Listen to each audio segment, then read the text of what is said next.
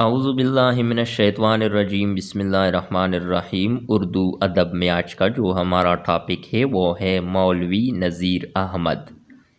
Novel نگار مولوی نذیر احمد کی پیدائش 1830 عیسوی میں ہوئی اور وفات سن 1912 عیسوی میں۔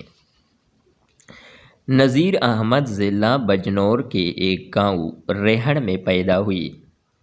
ابتدائی تعلیم اپنے والد سے حاصل کی۔ کم عمری میں دہلی آ گئے۔ یہاں مولوی عبدالخالق کے مدرسے میں عربی کی تعلیم کا سلسلہ شروع کیا۔ خوش قسمتی سے سرکاری خرچ پر دہلی کالج میں داخلہ مل گیا۔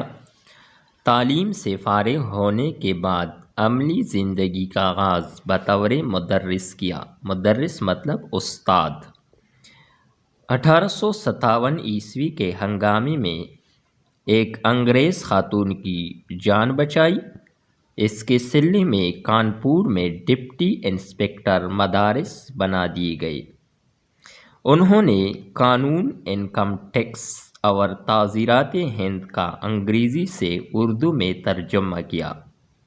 ان کا یہ عمل انگریزی حکومت کو پسند آیا اور انہیں تحصیلدار بنا دیا گیا۔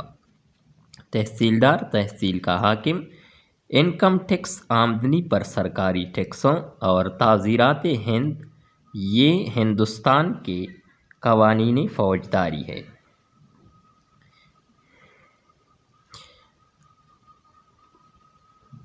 بعد میں وہ ڈپٹی کلکٹر کے عہدے تک پہنچے۔ انہیں انگریزی حکومت کی طرف سے شمس العلماء کا خطاب ملا۔ ایڈنبرا یونیورسٹی نے LL.D اور پنجاب یونیورسٹی نے انہیں DOL کی اعزازی ڈگریاں دی۔ ڈپٹی نذیر احمد کو اردو کا پہلا ناول نگار تسلیم کیا جاتا ہے، یہ یاد رکھو دوستو۔ سر سید کی طرح انہیں بھی یہ امتیاز حاصل ہے، یعنی یہ مقام، کہ انہوں نے کہانیوں کے ذریعے معاشرے کی اصلاح کی طرف توجہ دی اور عورتوں کے مسائل کو اپنے ناولوں کا موضوع بنایا۔ سر سید نے جو کام اپنے مضامین سے لیا، نذیر احمد نے وہی کام اپنے ناولوں سے لیا۔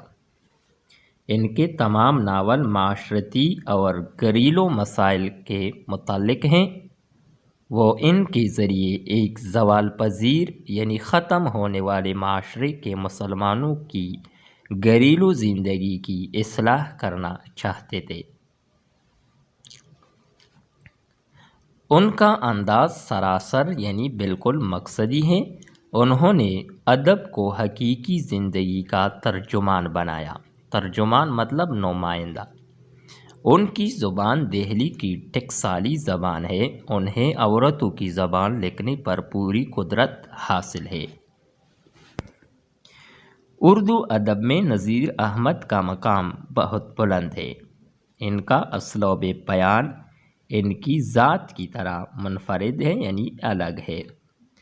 اصلاح معاشرہ ان کا بنیادی مقصد ہے نذیر احمد کا۔ نذیر احمد کے کردار اسی معاشرے کے افراد ہے جس میں وہ اپنے شب و روز گزارتے ہیں۔ حقیقت پسندی ان کے اسلوب کی نمایاں خصوصیت ہے۔